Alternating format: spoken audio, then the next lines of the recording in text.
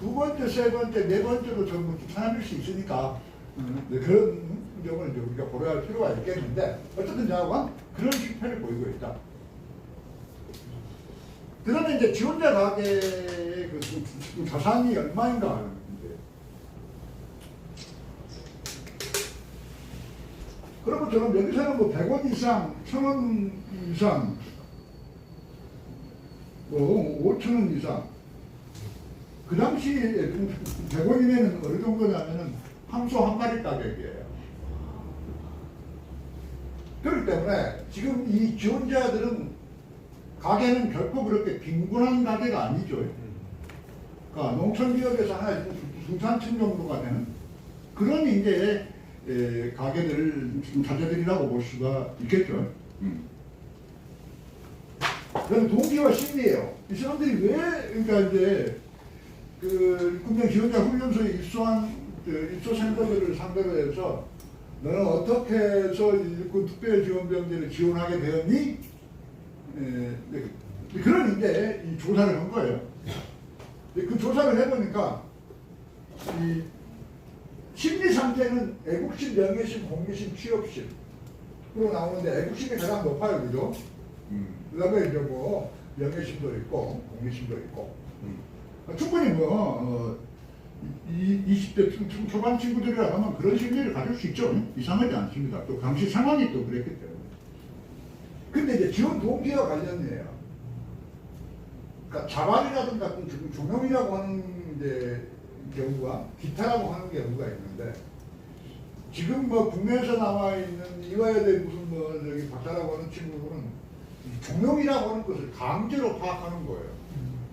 어이가 없어가지고 아니 이것만 가지고 이 지원병제를 봐야 되는 게 아니라 전체를 봐봐야 되겠죠, 그죠? 근데 그렇지 않고 이 표 하나 갖다 놓고 그런 이야기를 하는 거예요. 이상하다 이게 아닐 텐데 이게 지원이라고 하는 자발이라고 하는 것은 뭐냐면은 그러니까 질문 사항이 그런 거예요.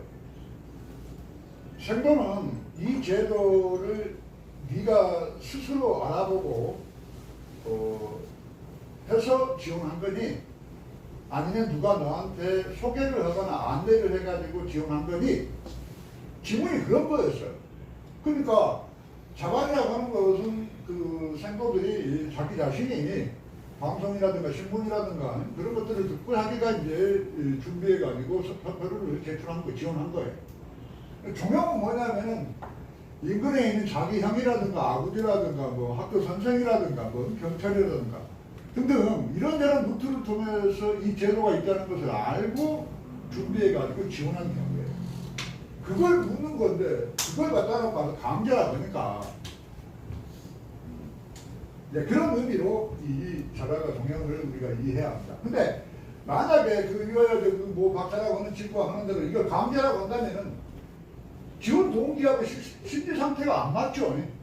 그렇지 않습니까? 말이 안 된다는 거죠. 그런 점에서 얼른 보게 되면 이상하다고 이야기를 생각할 것 같은데 야, 그 양반은 전혀 그런 생각이 없더라고요. 그래서 이런 이제 에피소드가 있습니다.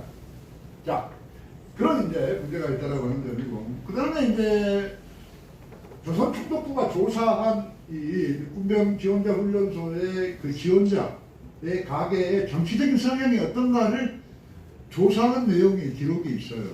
되게 흥미로운 기록이었는데 지원자 배출 가계는 상대적으로 출세 기한성이 강한 남성 지역 상민 출신의 중농층이라고 이야기하는 거예요.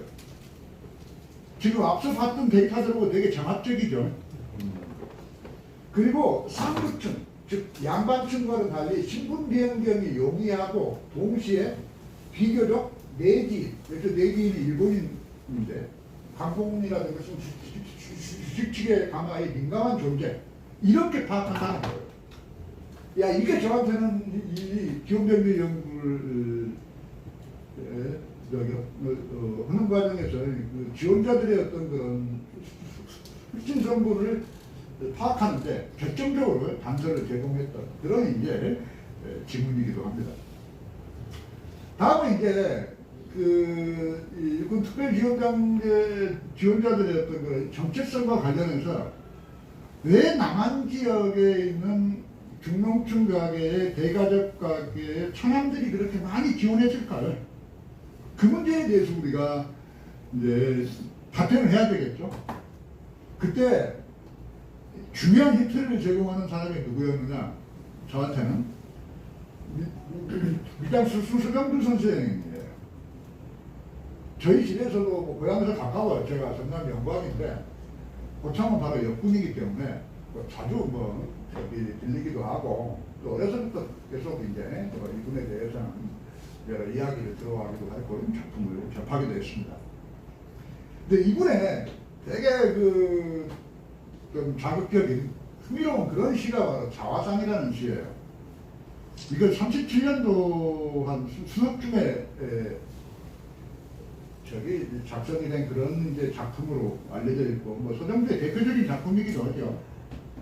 근데 대표적인 작품이라고 하는데 이 사람들하고 이야기를 해보게 되면 이 시의 의미가 무엇인지를 잘 이해를 못해요. 그죠? 나 이 양반들 가만히 들어보네. 아니 저도 말이에요. 이 시를 어렸을 때부터서 저기 봐왔지만 이 시가 지금 뭐 이야기하는지 이해를 못했다니까요. 그랬다가 이 연구를 하면서 이 시의 의미를 확실하게 알게 됐어요. 어떤 거냐? 지금 37년도 상황에서의 그 조선지역 남한 사회에서는 아직도 간상차별이 존재한다는 거예요. 그러면서 이 젊은 소년들, 청년들을 옥죄이고 있는 거예요. 그 슬픔을 이야기하는 거예요. 내리는 종이었다는 거예요. 그러니까 수수감주 아버지가 실제로 종은 아니지만 거의 뭐 저기 종 같은 그런 신분인 거예요. 그 삶 자체가 지금. 그 다음에 이제 뭐 23년 동안 나를 키우던 사다리 바닥이라든가 뭐 되게 이거 유명한 그런 질문이기도 한데 어떤 사람은 내눈에서 제인을 읽고 가고 어떤 사람은 천치를 읽고 가고 그리고 볕이거나 흐르거나 햇바닥을 늘었더니 변기를 쑥거면 살고 있다는 거예요. 그러니까 이런 거죠. 지금 서정주는 그 당시에 근대교육, 국민학교를 나왔고 중학교를 다니고 있어요. 지금의 고등학교를 다니는 거죠. 그래서 학교에서는 상인평등이 어떻고 말이죠. 자유가 어떻고 말이죠. 해가면서 그런 내용을 우리가 학교에서는 배우는데 학교를 나와서 집에 가보게 되면 마을에 가면은 자기들은 아직도 자기는 병들 숙계인 거예요. 종인 거라는 거죠. 그러니까 그런 이제 어떤 마음의 어떤 그런 엄청난 분노를 지금 드러내는 것이기도 하고 그 사회의 어떤 그런 모순을 지금 말하고 있는 거죠. 그러니까 그 전까지는 나는 이 시를 보면서 무엇인지 몰랐는데 37년 당시 사회가 뭐 2조 말기나 별로 다 달라진 게 없구나.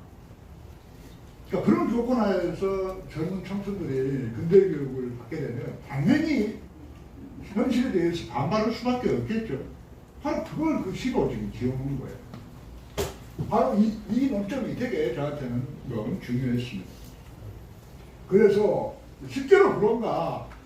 그래서 그 당시 이제 신문 검색을 해서 키워드 검색을 하게 되는데 그 시에도 키워드 검색에 관상차별, 뭐 쌍놈, 뭐 양반, 뭐 해가지고 그런 키워드를 치게 되면 이런 기사들이 엄청나게 나와요. 뭐 쌍놈이라고 혼인을 퇴했다라든가 뭐 안동에서는 반농단체인 쌍놈에 가면 그랬다고요. 이런 말도 안 되는 거야. 그 다음에 무슨 뭐 소년인 양반인체 해가면서 뭐 75파를 낳았다고. 아니 이런 내용들이 뭐 엄청나게 나온다니까요. 그 중에 뭐 일부를 그냥 뭐 대충 뭐 저기 뽑아온 것이고 그런데 흥미로운 것은 이런 일들이 전부 다 남한사회에서만 나온다는 거예요. 평안도라든가 황해도라든가 뭐 함경도에서는 그런 게 없는데 전부 그 이남 지역에서만 나온다는 거예요. 되게 지금 우리가 봤던 육군 특별대공격의 정합 특성이 맞아가죠. 자, 그런 것처럼 지원 동기는 당시의 사회상을 보게 되면 북조선이라고 하는 사회는 쌍미의 사회예요.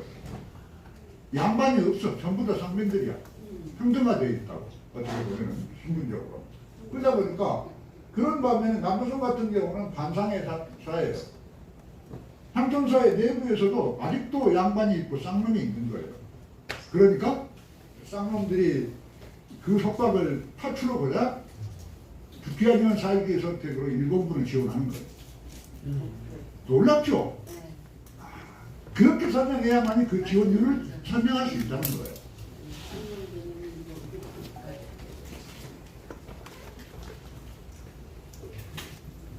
탈출한다는 이야기는 일본군에서 그 당시 30년대 후반 중일전쟁 가가 이유가 되게 되면 군인들의 시기이 아주 높아져요. 상당히 어떻게 보면 이 청년들 입장에서 보게 되면 군인이 된다는 거에 대해서 엄청난 선망의 대상인 거예요. 뭐 장교는 뭐 하늘의 별 같은 존재이고 그런 것들을 그 당시에 여러 가지 공간들을 통해서 볼 수 있는데 그런 것처럼 제가 지금 이야기하려고 하는 것은 육군 특별기업병들이 이렇게 남한의 청년들이 이렇게 일본군 육군 특별기업병을 지원하는 것은 다른 요인이 아니라 조선사회 내부의 그 반상 사례 때문에 이런 움직임을 보였다. 그렇게 저는 설명하고 싶습니다. 자, 이게 이제 육군 특별기업병들을 제 1기생들이 38년 6월에 경성 제국대학 그 당시는 아직 화랑대 그 건물이 아직 이제 만들고 있었기 때문에 일기생들은 이제 경성제대의 문학부 건물에서 이제 훈련을 시작하게 됐어요. 이제 그 모습을 지금 이제 보여주고 있고요. 그 다음에 이건 이제 일기생들이 한 10월 달에 일본으로 수학여행을 가는 거예요. 그 당시 일기생이 전기 후기로 나눠지는데 전기생이 200명 선이에요. 이 인원이 전부 다 일본에 한 2주 정도에 걸쳐서 수학여행을 가는 건데 지금 이 장면은 뭐냐면은 도쿄역에 지금 도착을 한 거예요. 이 친구들이 사회를 받고 있는 거예요. 여기 이제 사진이 좀 잘려 나오지만 키를 보게 되면은 키가 전부 다 1m 한 75 정도 선이에요. 상당히 키가 큽니다. 체격도 엄청나게 좋고. 그래서 일본인들이 보게 되면은 뭔가 거인 같다라고 하는 그런 이야기를 하기도 해요. 상당히 그러니까 예를 들어서 그런가 안 그런가는 송유찬이라든가 한대우선이라든가 임복택이라든가 일본 특별지원병 출신 장성급들의 그 체격을 보게 되면 알 수 있어요. 그런 이제 움직임을 보이고 있다. 이건 이제 뭐 훈련소에서 지금 교육을 받고 있는 거예요. 그러니까 육군 특별지원병 훈련소 6개월 훈련 과정을 통해서 완전히 얘들은 이제 인간이 바뀌는 겁니다.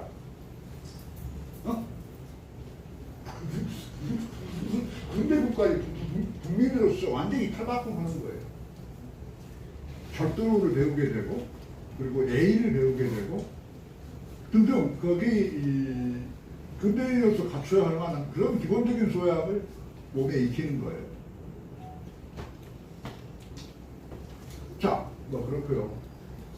이건 이제 참 놀라운 이야기인데 이게 41년도에 조선총독부 여기 미남이 총독이 이 지원병들이 교육기간을 마치게 되면 수료식을 하게 되는데 그때 사회를 하는 거예요. 총독이 지금 나와서.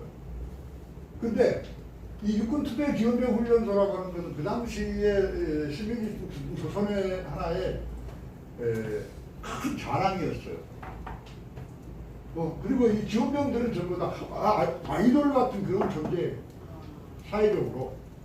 왜냐하면 군 단위에 한 명, 두 명이 선발되니까. 무수한 인력들로 전부 다 선발이 되는 거죠. 그러다 보니까 이게 이 장면은 지금 사진이기도 하지만 다큐멘터리로 촬영이 돼 있어요. 놀랍습니다. 거기 내용들을 검토하게 되면. 자, 이건 이제 저기 군사가 지금의 화랑대 연병장에서 지금 체조를 하고 있는 거예요.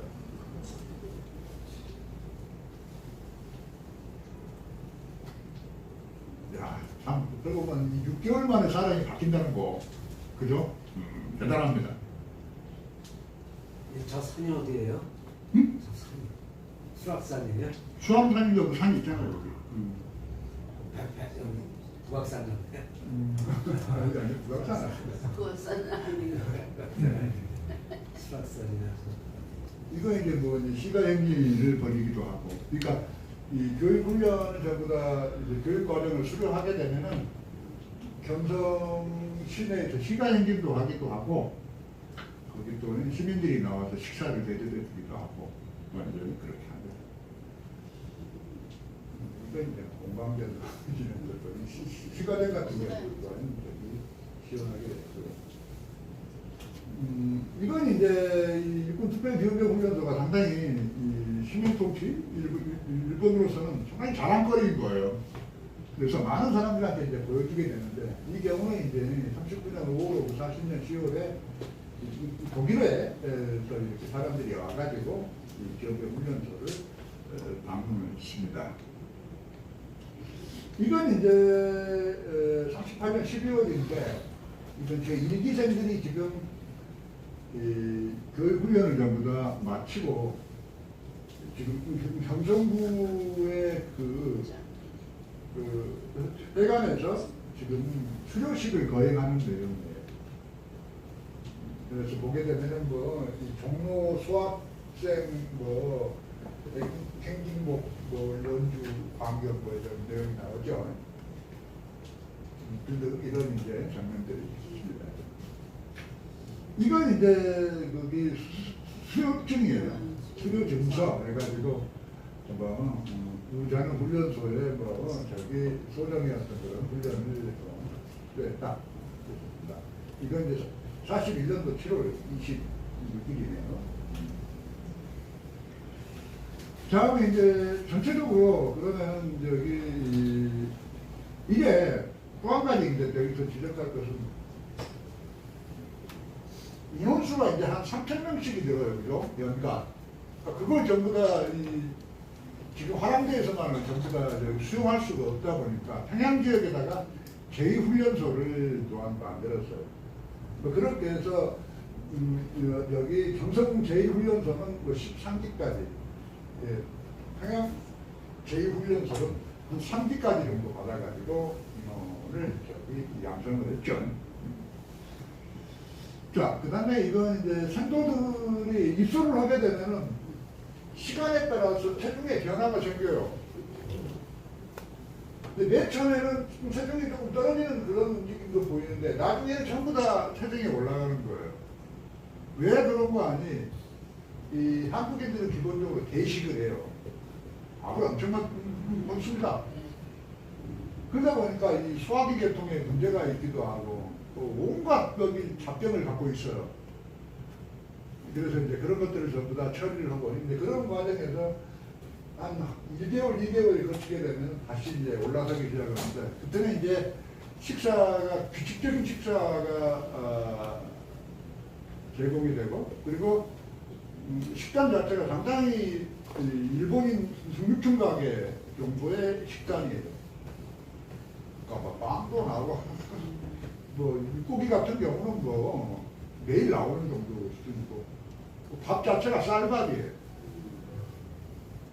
그러니까 그 당시 여기 입소했던 사람들이 남긴 해고록을 보게 되면 가장 좋았던 게 그 쌀밥을 먹는 게 그렇게 좋았대요. 그렇죠, 이 밥.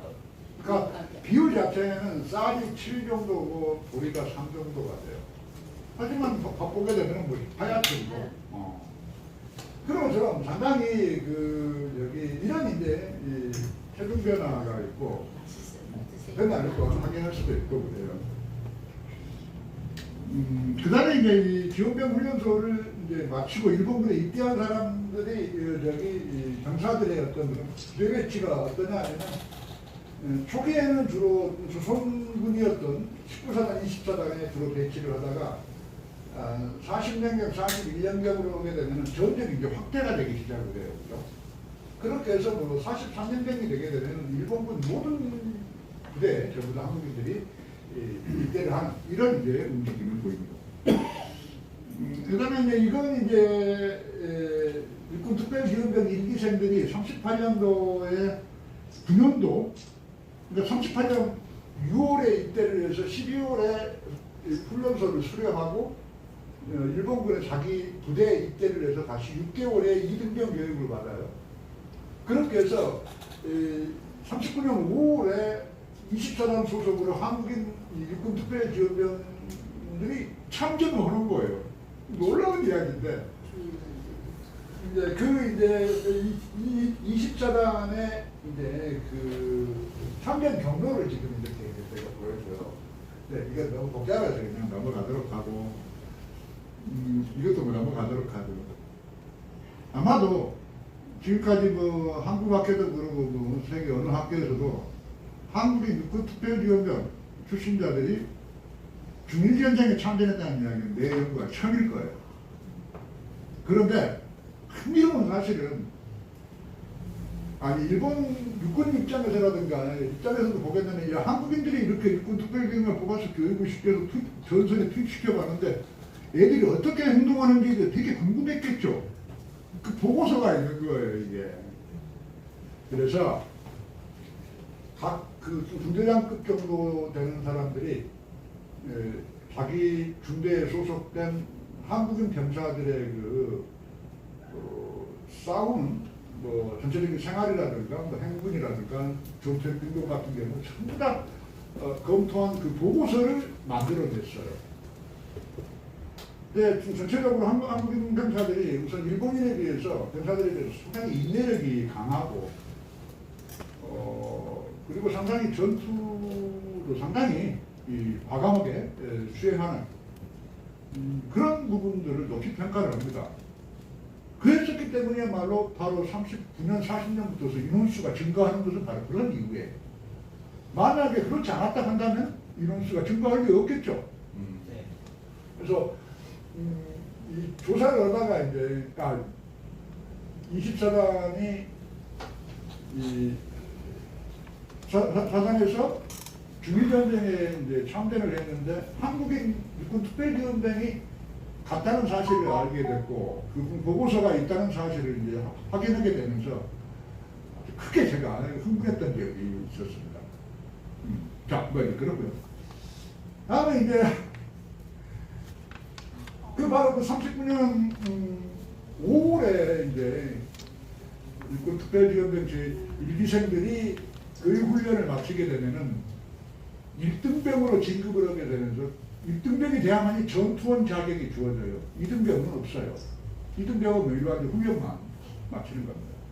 자, 그런데 이인석이라고 하는 1등병이 산서성 지구에 그 전투에 참가했다가 6월 말 정도에 전사를 한 거예요, 이게 이제 한국인 병사, 육군 특별지원병으로서는 제1호 전사자가 된 것입니다.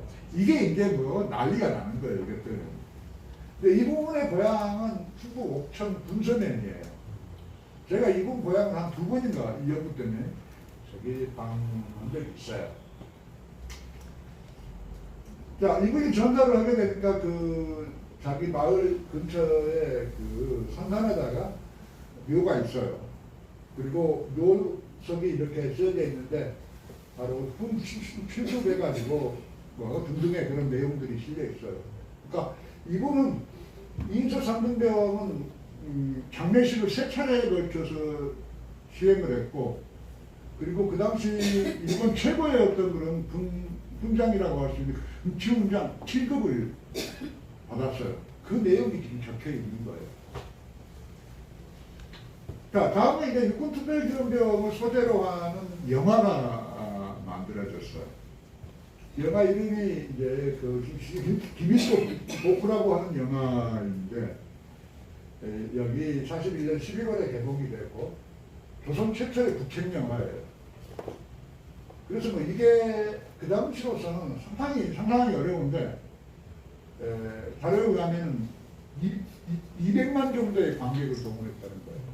그 당시 일본 국내에서 아무리 투작이 나와도 50만을 넘기가 어려운데 어마어마한 관객을 동원한 그런 이제 영화이기도 했고, 그리고 일본 조선 만주국에서 활약하고 있는 배우들, 유명 배우들이 총동원된 그런 또 영화이기도 했어요.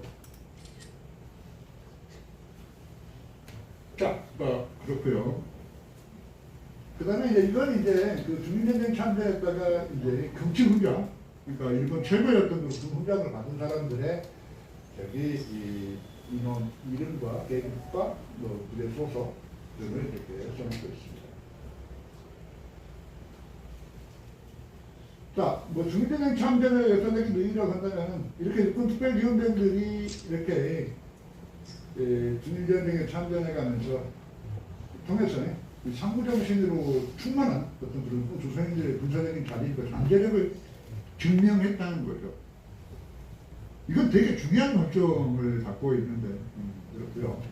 그 다음에 이제 그렇게 했기 때문이야말로 이 육군 특별지원병들의 어떤 그런 용병분투가 결과적으로 지원병의 인원 증가, 이걸 되게 하고있는데 계속 요구해왔던 사항인데 안 들어줬는데, 이거 이제 저기 계기를 해서 600명에서 3,000명으로 늘고 부대 배치가 확대되고, 그러면서 마찬가지 징병제 시행 시기가 크게 단축되는 그런 결과를 가져왔다는 것이고, 그리고 또한 마찬가지 그 앞서 그 이인섭 상병병의 전사를 계기로 해서 지원 대역이 격증하는 거예요. 그렇게 해서 뭐 여기 40년 전에 28대 이 정도였던 게 48대 2로까지 증가하는 이런 움직임이고, 그렇게 해서 이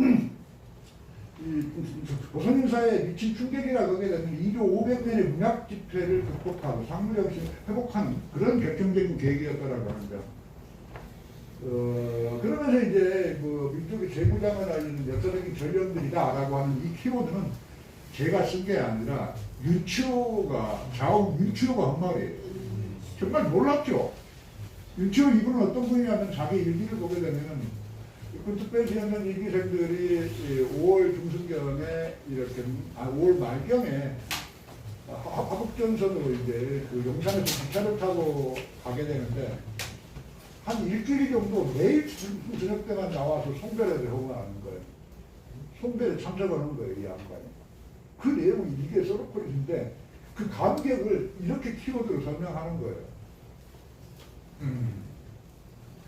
자, 그렇습니다.